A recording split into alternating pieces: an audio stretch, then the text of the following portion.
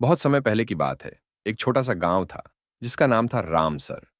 यह गांव सुंदर तो था, परंतु कुछ रहस्यमयी घटनाएं हमेशा इसे घेरे रहती थीं। गांव के लोग शांतिपूर्वक अपने जीवन को जी रहे थे, लेकिन एक रात अचानक कुछ ऐसा हुआ जो सबकी जिंदगी बदल गया। रामसर गांव के पास एक पुराना मंदिर था जो वर्षों से बंद पड़ा था। इस मंदिर के आसपास का इलाका हमेशा अंधेरे में डूबा रहता था और गांव के लोग कहते थे कि रात के समय वहां कुछ अजीब घटनाएं होती हैं। कुछ लोगों ने तो यह भी सुना था कि मंदिर के अंदर एक प्राचीन आत्मा बसी हुई है जो लोगों को अपने जाल में फंसा लेती है। गांव में एक लड़का था जिसका नाम अर्जुन था। अर्जुन काफी साहसी और जिज्ञासु था। उसे हमेशा रहस्यमय घटनाओं के बारे में जानने की इच्छा रहती थी। एक दिन उसने अपने दोस्तों से सुनी हुई पुरानी कहानियों को सच साबित करने का फैसला किया और रात को उस रहस्यमय मंदिर में जाने का मन बना लिया। जैसे ही अर्जुन मंदिर के पास पहुंचा, एक ठंडी हवा बहने लगी। उसे महसूस हुआ कि कुछ तो अलग है, लेकिन उसने अपने डर को दबा दिया और मंदिर के अंदर कदम रखा। मंदिर का माहौल बहुत ही अजीब था। चारों ओर घना अंधेरा था और वहां कोई आवाज नहीं आ रही थी। अर्जुन धीरे धीरे मंदिर के भीतर दाखिल हुआ। वहां की दीवारों पर पुरानी तस्वीरें लटकी हुई थीं और एक कोने में एक बड़ी सी मूर्ति रखी हुई थी जो खंडहर में तब्दील हो चुकी थी। अर्जुन ने मूर्ति के पास कुछ चमकते हुए धब्बे देखे। जैसे ही उसने आगे बढ़कर उन्हें देखा, उसे अचानक कुछ हलचल सी महसूस हुई। अर्जुन ने अपनी आंखों पर विश्वास नहीं किया। यह वह आत्मा थी जिसके बारे में लोग कहते थे। वही भटकती आत्मा जो कई सालों से लोगों को डरा रही थी। अर्जुन का दिल तेजी से धड़कने लगा, लेकिन उसने सोचा कि वह इसे हल्के में नहीं ले सकता। वह उस आत्मा के रहस्य को जानने के लिए और नजदीक गया। तभी अचानक मंदिर की दीवारों से अजीब सी आवाजें आने लगीं। उन आवाजों में दर्द और घबराहट थी। अर्जुन ने कान लगाकर सुनी और पाया कि यह आवाजें किसी प्राचीन आत्मा की थीं जो अपनी मृत्यु के बाद भी शांति नहीं पा सकी थी। अंधेरा गांव, भाग दो। अर्जुन ने धीरे धीरे अपनी सांसों को शांत किया और अपनी पूरी ताकत लगाकर उस अजीब आवाज की दिशा में बढ़ने का साहस जुटाया। उसकी नजरें हर चीज पर टिकी हुई थीं। उसे महसूस हुआ कि जैसे ही वह मंदिर के अंदर गहरे जा रहा था, वातावरण और भी भयावह होता जा रहा था। हवा में अजीब सी ठंडक थी और हर कदम पर जैसे उसे कोई निगाहें महसूस हो रही थीं। वह धीरे धीरे उस मूर्ति के पास पहुंचा जो बहुत पुरानी और खंडहर में तब्दील हो चुकी थी। उसके पास में कुछ चांदी के सिक्के पड़े हुए थे जो शायद किसी समय श्रद्धालुओं द्वारा चढ़ाए गए थे। अर्जुन ने उन्हें उठाया और देखा कि उनमें से कुछ सिक्के घिसे हुए थे, जैसे बहुत समय से यहीं पड़े हों।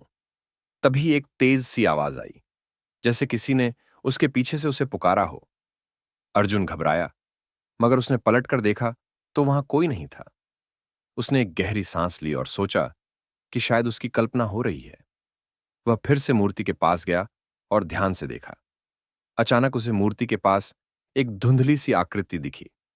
वह आकृति धुंधले रूप में खड़ी थी और उसकी आंखें बुरी तरह चमक रही थीं। अर्जुन की रीढ़ की हड्डी में ठंडक दौड़ गई। तुम कौन हो? अर्जुन ने आवाज में कांपते हुए पूछा। आकृति ने धीरे से जवाब दिया, मैं वही हूं जिसे तुम ढूंढ रहे हो। अर्जुन ने डरते हुए पूछा, तुम चाहते क्या हो? आकृति ने धीरे धीरे अपने हाथों को फैलाया और कहा, मैं एक समय इस मंदिर की रक्षक थी, लेकिन अब मैं इस जगह में फंसी हुई हूं। मुझे शांति चाहिए, मुझे मुक्त करो। अर्जुन को समझ में आ गया कि वह आत्मा किसी समय इस मंदिर में पूजा अर्चना करती थी और कुछ गलत हुआ था, जिसकी वजह से वह आत्मा यहां भटक रही थी। अर्जुन का दिल दया से भर गया, लेकिन साथ ही वह जानता था कि इस स्थिति से बाहर निकलने के लिए उसे कोई रास्ता ढूंढना होगा। अर्जुन ने कई बार सुना था कि जब कोई आत्मा शांति की तलाश करती है, तो उसे उसकी इच्छाओं की पूर्ति के लिए एक कीमत चुकानी पड़ती है। अर्जुन ने तय किया कि वह इस आत्मा की मदद करेगा। उसने साहस जुटाकर पूछा, क्या तुम्हें अपनी मुक्ति के लिए किसी चीज की आवश्यकता है? आत्मा ने धीरे से उत्तर दिया, हां, मुझे वह चांदी की छड़ी चाहिए जो इस मंदिर में रखी थी। जब तक वह छड़ी यहां रहेगी, मैं मुक्ति नहीं पा सकती। अर्जुन को यह सुनकर एक उम्मीद सी जगी। उसने मन ही मन सोचा कि यदि वह उस चांदी की छड़ी को प्राप्त कर सकता है, तो शायद वह इस आत्मा को शांति दे सकेगा। लेकिन यह छड़ी कहां रखी हुई थी, इसका पता किसी को नहीं था। अर्जुन ने मंदिर के कोने कोने में खोज शुरू की। वह हर दीवार, हर कोने में गौर से देखता गया। काफी देर बाद उसे एक पुरानी सी तिजोरी मिली जो एक दीवार में छिपी हुई थी। तिजोरी पर कुछ अजीब सी नक्काशी थी जो उसके समझ में नहीं आई। अर्जुन ने तिजोरी को खोला और अंदर से एक चांदी की छड़ी निकाली। जैसे ही उसने छड़ी को पकड़ा, मंदिर के अंदर की हवा और भी ठंडी हो गई। अचानक आत्मा की आवाज फिर से सुनाई दी। तुमने वह पा लिया, आत्मा ने कहा। अब मुझे शांति मिलेगी। अर्जुन ने छड़ी को मंदिर की मूर्ति के पास रखा और कहा, तुम्हें शांति मिले आत्मा, अब तुम मुक्त हो। तभी एक अजीब सी रोशनी मंदिर में फैल गई और अर्जुन ने देखा कि आत्मा की आकृति धीरे धीरे धुंधली होती जा रही थी।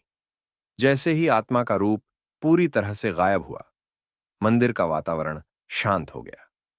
हवा ठंडी हो गई और अंधेरा कुछ हल्का सा हुआ। अर्जुन ने राहत की सांस ली, लेकिन उसे अभी भी पूरा यकीन नहीं था कि क्या उसने जो किया वह सच में हो चुका था या नहीं।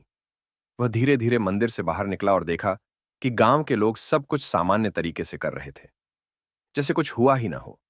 लेकिन अर्जुन जानता था कि वह जो कुछ भी हुआ वह सिर्फ उसने देखा था और अनुभव किया था। वह उस रात को कभी नहीं भूल सकता था और कभी भी उस मंदिर के पास नहीं गया। लेकिन एक बात थी, उस रात के बाद से रामसर गांव में अजीब घटनाएं रुक गईं और गांव में एक अजीब सी शांति छा गई। अब उस अंधेरे गांव में कोई भूतियां घटना नहीं होती थी और लोग फिर से चैन से जीने लगे थे। लेकिन अर्जुन को हमेशा उस रात की याद बनी रही जब उसने एक आत्मा को मुक्ति दिलाई थी और एक रहस्यमयी गांव को शांति दी थी।